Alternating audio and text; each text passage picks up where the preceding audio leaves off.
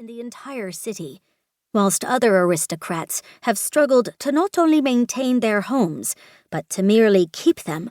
We have never lacked for the funding to keep this house running. And that's the problem. Unlike other estates, which have opened their doors to tourists and activities to pay the bills, we don't have to. But I don't think it's right. I continue to gaze out at the manicured grounds now bathed in rain. I would love to open the home to visitors, to share the rich history I have had the honor of living in, to let people breathe in the art and magic that is held within these guarded walls, to teach all aspects of the past, the good and bad, to share the stories of these people. I can see school groups coming here for educational activities, visitors taking in the splendor of another age. And oh, this would be a glorious place to have a wedding and celebrate the start of a new life. There is something so romantic, so magical about two soulmates coming together to share vows of love. Soppy, I know, but I've always felt that way about love and marriage. Then there's my passion for fashion and wedding gowns. Ever since I was a little girl, I have been obsessed with brides and their beautiful gowns. That only intensified when I began watching Say Yes to the Dress, that TV show where brides find their wedding dresses. I never dreamt of being the bride. I wanted to be the shop assistant who helped them discover the magical dress for one of the most important days of their lives. I love fashion. I love the way it can make you feel, convey a message, be an expression. It can be a powerful thing. A few weeks ago, I was lucky enough to pick out a whole new wardrobe for Princess Isabella York, the sister of my best friend Liz.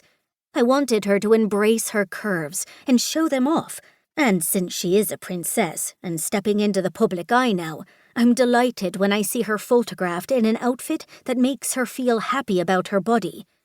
That is what dressing people does for me. It makes me happy. It's rewarding, helping someone feel good and special about themselves.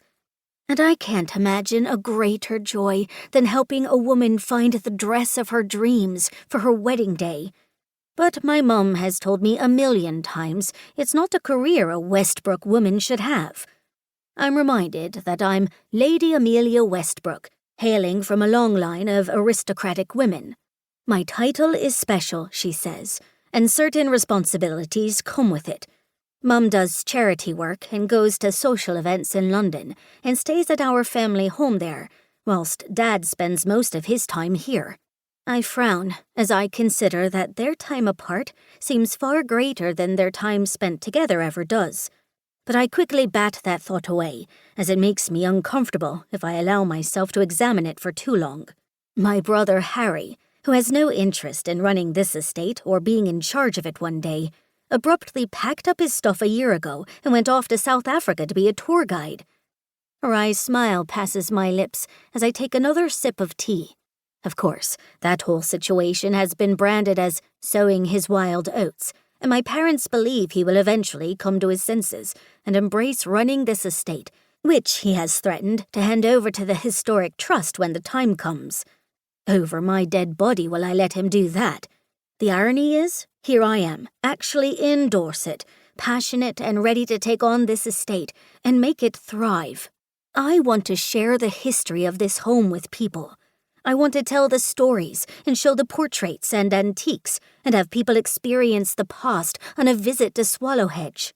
So many homes are open to tours and making a concerted effort to cultivate special event business, like Morton House, which will be inherited by Viscount Brookstone, otherwise known as Philip Coventry. I saw him at the wedding, and he's doing so much work on behalf of his parents, who live in Italy most of the year.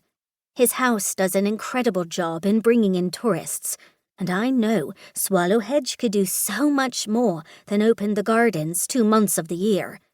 But I'm not to worry my ladylike head about these matters. I take another sip of tea. I'm supposed to do what my mother does, and what my grandmother did before her. I'm to do charity work, go to all the A-list social events of the season, be a patron of the arts. There's nothing wrong with charity work. I love the charities I support and would gladly do anything to help them.